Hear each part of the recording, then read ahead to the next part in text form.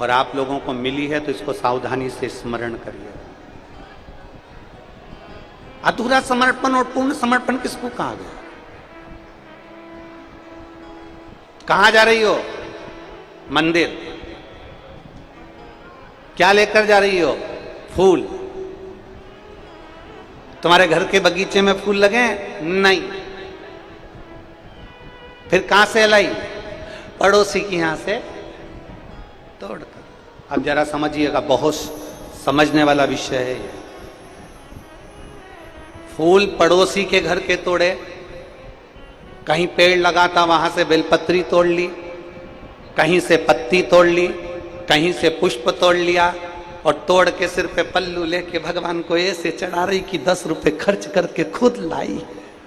खुद स्वयं।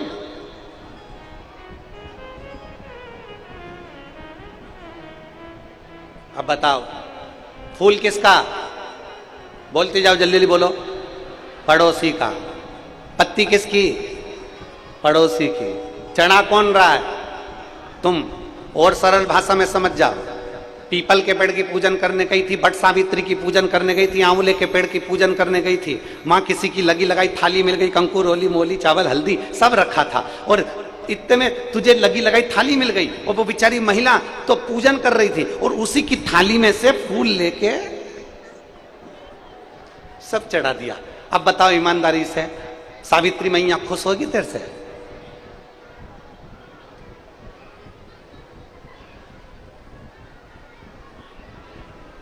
फूल दूसरे का है, पत्ती दूसरे की है।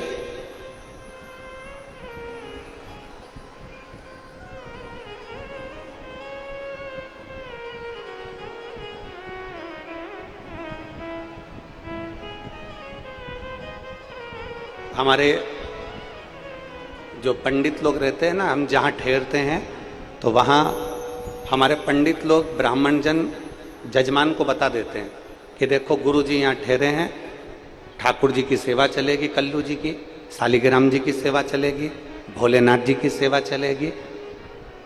हमारे कक्ष में भगवान के भोग में या हमारे प्रसादी में खाने के लिए कभी भी ना बाजार की मिठाई आती है, ना हम बाजार का कोई सामान लेते हैं, ग्रहण भी नहीं करते।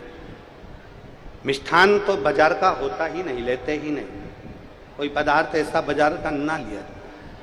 बाबा की सेवा हो रही है, लाली की सेवा हो रही है, तो जजमान को पंडित लोग भी कह देते हैं घर में अगर कोई सामग्री बनी है तो वो आप स्वीकृत होगी, वो भगवान को हम भोग लगा देंगे, वो प्रसाद में आ जाए।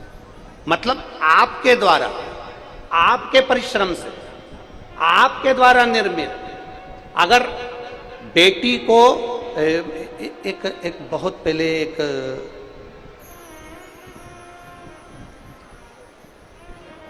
कोई फिल्म का एक छोटा सा शॉट था, अब हमें उसका नाम तो नहीं मालूम, परंतु उसकी बेटी ने लड़के से शादी कर ली, और शादी करने के बाद वो कलेक्टर की पढ़ाई कर रही है, और कलेक्टर की पढ़ाई करने के समय पर उसका पिता बेटी से मिलने के लिए आता है, और बेटी अपने Shilpa's Fresh Garden Salad.